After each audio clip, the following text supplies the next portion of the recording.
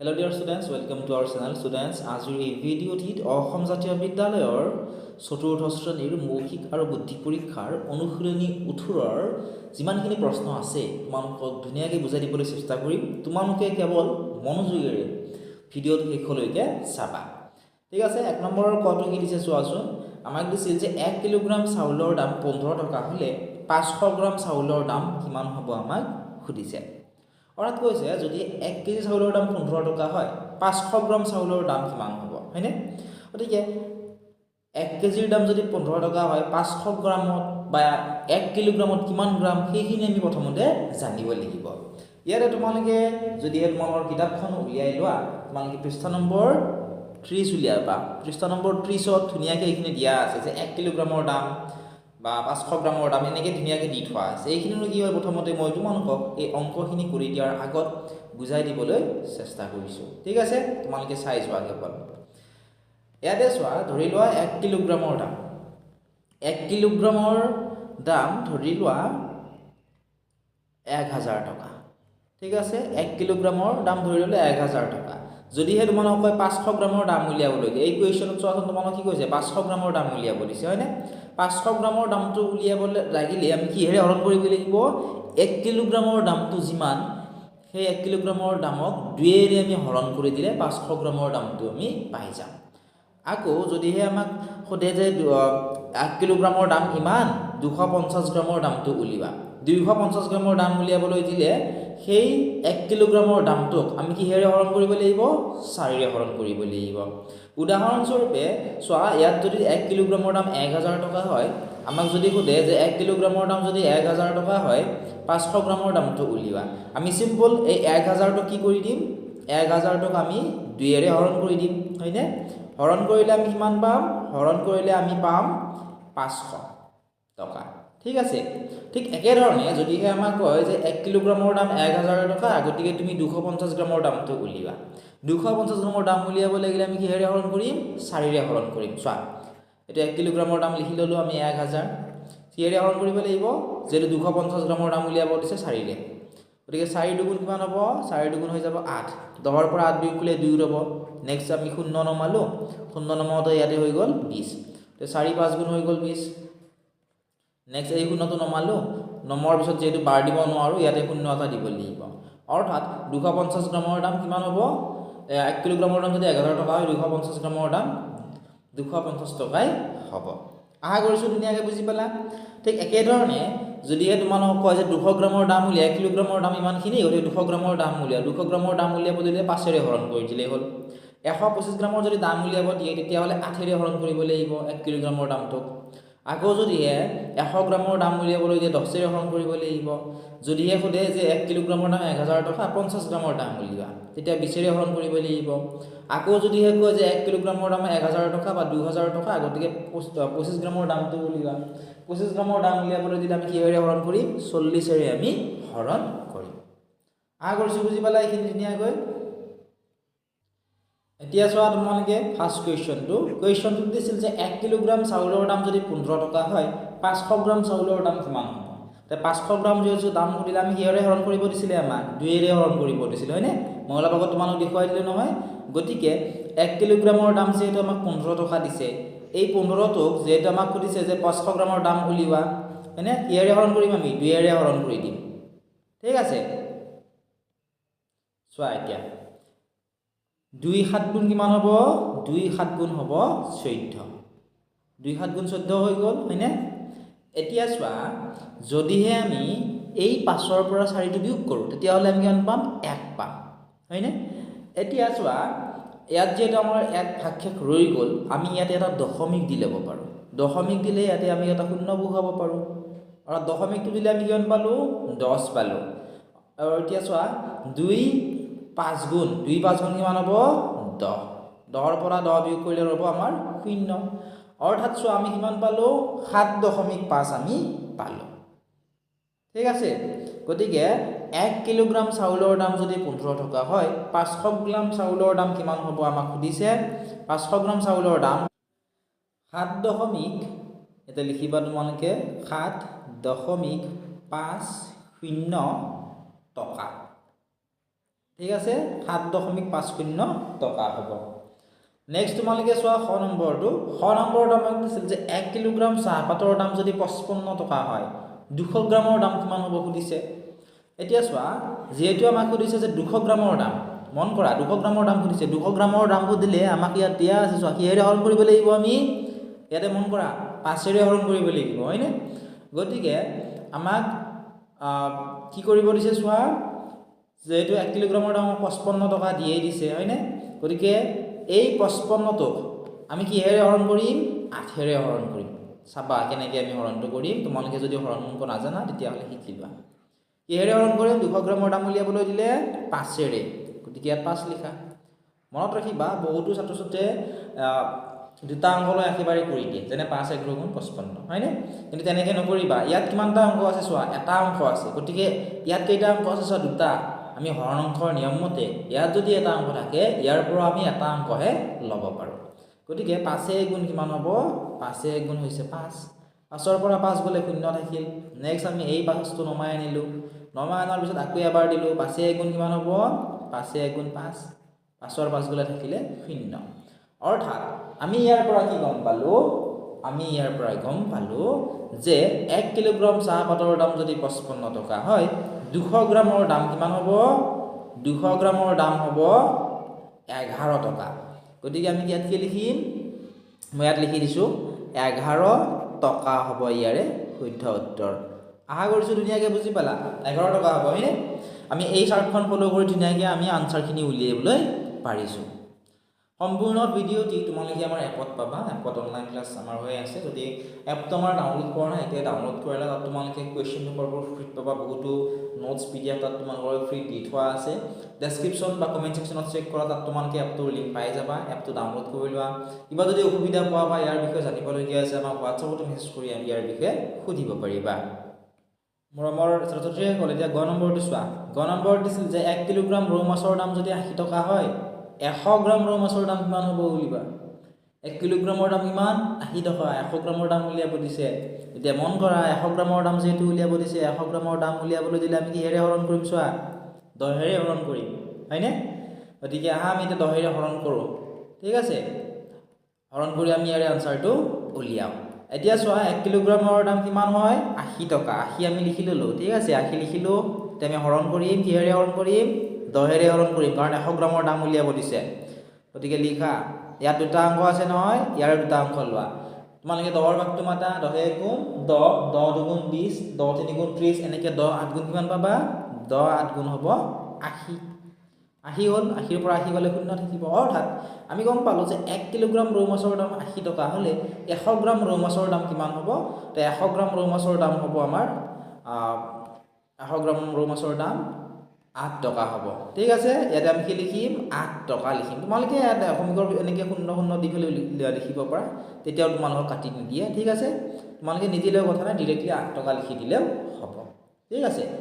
এতিয়া আমি ঘ নম্বৰটো কৰিবলৈ চেষ্টা কৰো ঘ নম্বৰটো আমাক দিছিল যে 50 গ্ৰাম জালুকৰ দাম যদি 6.50 টকা হয় 1 কিলোগ্ৰামৰ দামটো কিমান হ'ব উলিয়াব দিছে হয়নে কি কৈছে চোৱা 50 গ্ৰাম জালুকৰ দাম যদি 6.50 টকা হয় 1 কিলোগ্ৰামৰ দাম কিমান হ'ব তে তোমালোকে চোৱা দেখাটো তোমালোকৰ বহুত টান যেন লাগিছে কিন্তু একেবাৰে সহজ হয় তোমালোকে কেৱল মনোযোগেৰে চাবা তেতিয়াহে তোমালোকে বুজিব পাবা হয়নে এতিয়া চোৱা ইয়াৰে আনসাৰটো উলিয়াৰ আগত তোমালোকে কোনে কৈছিল পৃষ্ঠা নম্বৰ 30 উলিয়াই লবা পৃষ্ঠা নম্বৰ ঠিকে আছে বাৰু পৃষ্ঠা নম্বৰ 30ত চাবা 30ত তোমালোকৰ এইখিনিও দিয়া আছে যে গ্ৰামৰ পৰা কিলোগ্ৰামৰ দাম উলিওৱাৰ নিয়ম ইয়াত চোৱা গ্ৰামৰ পৰা সুধিছিল আমাক কিলোগ্ৰামৰ দাম আগৰখিনিত কিন্তু চোৱাচোন কিলোগ্ৰামৰ পৰা গ্ৰামত সুধিছিল হয়নে সেই কাৰণে আমি ওপৰখিনি চাইছিলো এতিয়া আমাক যেটো এই প্ৰশ্নটো কৈছে যে গ্ৰামৰ পৰা কিলোগ্ৰামৰ দাম উলিওৱা গতি গ্ৰামৰ পৰা যদি আমি গ্ৰামৰ দামৰ পৰা কিলোগ্ৰামৰ দাম উলিয়াব লাগে তেতিয়া হলে এই চাৰ্টখন আমি ফলো কৰিব লাগিব আশা কৰিছো বুজি পালা আৰু ইয়াত ধুনীয়াকৈ লিখা আছে যে একে নিয়মৰ সহায়ত কিলোলিটাৰক লিটাৰত আৰু লিটাৰক কিলোলিটাৰত প্ৰকাশ কৰিব পাৰি দিগৰ ক্ষেত্ৰতো একে নিয়মৰ সহায় ল'ব পৰা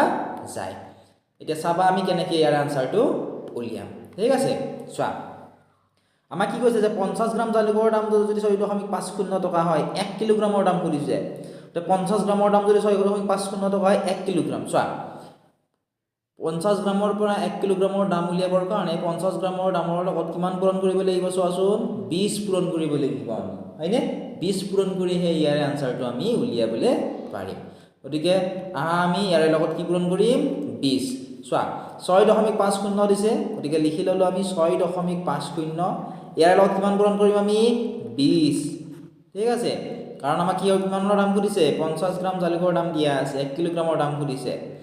গতিকে চোৱা 0 লগত 0 পূৰণ কৰিলে হৈ গ'ল 0 0 লগত 5 পূৰণ কৰিলেও 0 হ'ব 0 লগত 6 পূৰণ কৰিলেও 0 হ'ব এটা কথা মনত ৰাখিবা যে যিকোনো সংখ্যাৰ লগত যেতিয়া আমি 0 পূৰণ কৰিম সেই সংখ্যাটোৰ পূৰণফল সদায় 0 হ'ব 2 ৰ লগত 0 পূৰণ কৰিলেও 0 হ'ব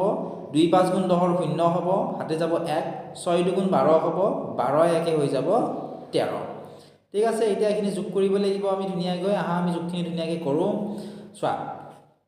ইয়াতে হৈ গ'ল 0 ইয়াতে হৈ গ'ল 0 ইয়াতে 0 ইয়াতে 3 ইয়াতে 1 এটা বস্তু মন কৰা এই কোৱেশ্চনটো 6.50 আছে ইয়াতে 6 ৰ পিছত চোৱাচোন দশমিক আছে যেহেতু চোৱা দুটাৰ আগত দশমিক আছিল নহয় গতিকে আমি দশমিকটো এই সংখ্যাটো আমি চোৱা 13000 পালো নহয় ইয়াতে আমি দুটাৰ আগত দশমিকটো দিব লাগিব অৰ্থাৎ দশমিকটো দিয়া মানে আমি কি গম পালো যে 50 গ্ৰাম জালুকৰ দাম যদি 6.50 টকা হয় 1 কিলোগ্ৰামৰ দাম কিমান হ'ব 130 টকা হ'ব তোমালোকে এনেকৈ লিখিব পাৰা 130 টকা হ'ব ঠিক আছে কিমান হ'ব 130 টকা মনত ৰাখিবা এই যে দশমিকটো আমি দিলো এই দশমিকটোৰ বাওফাল অৰ্থাৎ এইটো সাইডত থকাখিনি কি হয় টকা আৰু কোফালে থকাখিনি কি হয় পইচা গতিকে 130 টকা হ'ব ঠিক আছে ইয়াৰে আনসাৰটো এতিয়া আমি নেক্সট কোৱেশ্চনটো চাও 9 নম্বৰটো আমাক দিছিল যে 100 গ্ৰাম হালধিৰ দাম 4.50 টকা হলে 1 কিলোগ্ৰাম হালধিৰ দাম কিমান হ'ব সুধিছে ইয়াতে চোৱা 100 গ্ৰামৰ কথা কৈছে তে 100 গ্ৰামৰ দাম যদি হয় আমাৰ হয় 4.50 টকা 1 কিলোগ্ৰামৰ দাম সুধিছে 1 কিলোগ্ৰামৰ দাম সুধিলে আমি কিহেৰে পূৰণ কৰিব লাগিব চোৱা 10 ৰে পূৰণ কৰি দিলে হ'ব গতিকে 100 গ্ৰাম হালধিৰ দাম যদি যেহেতু 4.50 টকা দিছে এই 4.50ক আমি 10 ৰে পূৰণ কৰিলে 1 কিলোগ্ৰামৰ দামটো ধুনিয়াকৈ পাই যাম গতিকে আমি 10 ৰে এটো পূৰণ কৰো ঠিক আছে চোৱা 100 গ্ৰামৰ দাম কিমান দিছে 4.50 টকা দিছে লিখিলো 4.50 কিহেৰে পূৰণ কৰিম এতিয়া 10 ৰে পূৰণ কৰিম চোৱা হয়নে গতিকে চোৱা 0 ৰ লগত 0 পূৰণ কৰিলে 0 ইয়াতে হৈ গ'ল 0 0 ৰ লগত 4 পূৰণ কৰিলেও 0 1 ৰ লগত 0 পূৰণ কৰিলেও 0 5 1 গুণ হ'ব 5 4 1 গুণ হ'ব 4 গতিকে চোৱা ইয়াতে 0 হ'ল ইয়াতে 0 ইয়াতে 5 ইয়াতে 4 চোৱা ইয়াতে দুটাৰ আগত দশমিক আছিল নহয় 4.50 আছিল গতিকে ইয়াতেও দুটাৰ আগত দশমিক হ'ব অৰ্থাৎ দুটাৰ আগত দশমিক হোৱা মানে আমি কি গম পালো যে কিমান টকা হ'ল 45 টকা হ'ল ঠিক আছে কিমান পালো আমি 1 কিলোগ্ৰাম হালধিৰ দাম 45 টকা পালো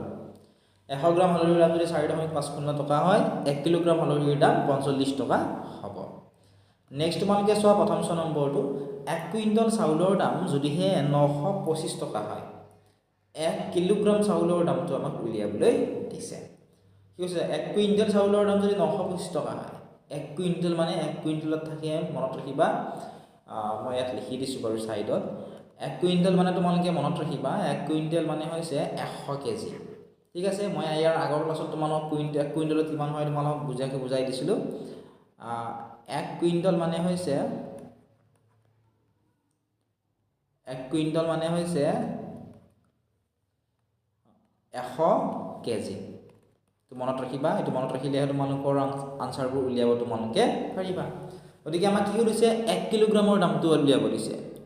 ঠিক আছে তে 1 কিলোগ্ৰামৰ দামটো কেনেকৈ উলিয়াম চোৱা এতিয়া চোৱা আনসাৰটো উলিয়াবৰ কাৰণে আমি যেটো গম পালো যে 1 কুইণ্টলত 100 কেজি হয় অৰ্থাৎ 100 কেজিৰ দাম হৈছে 925 টকা গতিকে 1 কেজিৰ দামটো উলিয়াব দিছে 1 কেজিৰ দামটো উলিয়াবৰ কাৰণে আমি কি কৰিব লাগিব এই যে 925 আছে এই 925ক আমি কিহেৰে হৰণ কৰিম 100 ৰে ঠিক আছে তোমালোকে জানা 101 গুণ কিমান হয় 100 তোমালোকে পূৰণ কৰি চাব পাৰা সাইডত এনেকৈ পূৰণ কৰি চাবা যেনেকৈ 102 গুণ কিমান হ'ব ঠিক আছে 2 1 গুণ 2 দুটা শূন্য আছে দুটা শূন্য লগাই দিলে হ'ল ঠিক তেনেকৈ 103 গুণ 300 104 গুণ 400 এনেকৈ 109 গুণ হ'ব 900 110 গুণ 1000 হ'ব কিন্তু ইয়াত 1000 টো নাই 925 হে আছে গতিকে 9 বাৰ দিম 109 গুণ কিমান হৈ গ'ল 900 হৈ গ'ল ঠিক আছে এতিয়া মন কৰা বিয়োগ কৰিলে ইয়াতে কিমান ৰ'ব 5 ইয়াতে ৰ'ব 2 ঠিক আছে এটা বস্তু তোমালোকে ভালদৰে চোৱাচোন ইয়াত যেহেতু আমাৰ ভাগশেষ আমাৰ কিমান ৰ'ল চোৱা ভাগশেষ আমাৰ ৰৈ গ'ল 25 হয়নে গতিকে ইয়াত এটা দশমিক দি আমি এটা শূন্য নমাই আনিব পাৰোঁ ইয়াত হয়নে দশমিকটো দিলে চোৱাচোন 100 2 গুণ 200 হ'ব 100 3 গুণ 300 300 টো নাই 250 যে আছে গতিকে দুবাৰ দিম 100 2 গুণ কিমান হৈ গ'ল 200 গতিকে বিয়োগ কৰিলে আমাৰ কিমান ৰ'ব চোৱা বিয়োগ কৰিলে আমাৰ ৰৈ গ'ল 50 হয়নে 250 ৰ পৰা 200 বিয়োগ কৰিলে 50 হ'ল যেহেতু আমাৰ আগতে দশমিক দিয়া আছে গতিকে আমি আৰু শূন্য নমাই আনিব পাৰোঁ নমাই আনিলে 500 হ'ল 100 কে এতিয়া কিমান বাৰ দিব পাৰোঁ আমি 5 বাৰ 105 গুণ হ'ব 500 অৰ্থাৎ আমি কিমান পালোঁ 9.25 এই 9.25 যে পালোঁ এই 9.25 টো হৈছে 1 কেজি চাউলৰ দাম অৰ্থাৎ আমি গম পালোঁ যে 1 কুইণ্টল চাউলৰ দাম যদি 925 টকা হয় 1 কুইণ্টল মানে হৈছে 100 কেজি 100 কেজিৰ দাম যদি আমাৰ 925 টকা হয় তেতিয়াহ'লে 1 কেজি চাউলৰ দাম হ'ব বা 1 কিলোগ্ৰাম চাউলৰ দাম হ'ব 9.25 টকা ঠিক আছে এইটো হৈছে ইয়াৰ উত্তৰ এনে ধৰণে আমি লিখিব লাগিব আনসাৰবোৰ সম্পূৰ্ণ ভিডিওটো পাবলৈ এপটো ডাউনলোড কৰি লওক অধিক জানিবৰ বাবে হোৱাটছআপত মেছেজ কৰি দিব পাৰিবা হোৱাটছআপ নম্বৰ আৰু এপটোৰ লিংক ডেসক্ৰিপচনত পাই যাবা নেক্সট তোমালোকে চোৱা দ্বিতীয় নম্বৰ কুৱেশ্যনটো আছিল যে 1 কিলোগ্ৰাম আদাৰ দাম যদি 70 টকা হয় 300 গ্ৰামৰ দামটো উলিয়াব দিছে গতিকে এটা বস্তু ইয়াত মন কৰা তোমালোকৰ যিখন গ্ৰাম কিলোগ্ৰামৰ সম্পৰ্ক যিখনত দিয়া আছিলে তাত যদি তোমালোকে ইয়াতে চোৱাচোন 300 গ্ৰামৰ দাম উলিয়াবৰ কাৰণে আমি কিহেৰে হৰণ কৰিব লাগিব আমাক ইয়াতে দি থোৱা নাই তোমালোকে চোৱা 500 গ্ৰামৰ দিছে 2 ৰে হৰণ কৰিলে পায় 250 গ্ৰামৰ দিছে 4 ৰে হৰণ কৰিলে পায় 200 গ্ৰামৰ দিছে কিন্তু আমাক খুজিছে 300 গ্ৰামৰ দাম গতিকে আমি এটা কাম কৰিব পাৰোঁ আমি 100 গ্ৰামৰ দামটো উলিয়াই লওঁ আহাচোন 1 কিলোগ্ৰামৰ দাম যেটো 70 টকা দিছে হয়নে 1 কিলোগ্ৰামৰ দাম কিমান দিছে চোৱা 1 কিলোগ্ৰামৰ দামটো আমাক দিছে 70 টকা হয়নে গতিকে প্ৰথমতে আমি 100 গ্ৰামৰ দামটো উলিয়াব আহাচোন 100 গ্ৰামৰ দাম উলিয়াবৰ কাৰণে কি কৰিব লাগিব 10 ৰে হৰণ কৰিব লাগিব 70 হয়নে কিহেৰে হৰণ কৰিব লাগিব 10 ৰে 10 7 গুণ কিমান হ'ব 10 7 গুণ হ'ব 70 ঠিক আছে অৰ্থাৎ আমি গম পালো যে 100 গ্ৰামৰ দাম কিমান হয় 100 গ্ৰামৰ দাম হৈছে কিমান টকা 7 টকা 100 গ্ৰামৰ দাম কিমান 7 টকা আমাক কিমান খুদিছে 300 গ্ৰামৰ দাম খুদিছে 300 গ্ৰামৰ দাম যেহেতু খুদিছে 7ক আমি কিহেৰে পূৰণ কৰি দিব লাগিব 7ক আমি 3 ৰে পূৰণ কৰি দিব লাগিব অৰ্থাৎ 7 3 গুণ কিমান হৈ গ'ল 21 টকা অৰ্থাৎ চোৱা আমি 100 গ্ৰামৰ দামটো উলিয়াই ললো 100 গ্ৰামৰ দাম পালো আমি 7 টকা যদি 100 গ্ৰামৰ দাম যদি 7 টকা হয় 200 গ্ৰামৰ দাম হ'ব 7 2 গুণ 14 টকা হয়নে 300 গ্ৰামৰ দাম হ'ব 7 3 গুণ 21 টকা অৰ্থাৎ এই কুৱেশ্যনটিৰ কাৰেক্ট আনসাৰ আমি কি পালো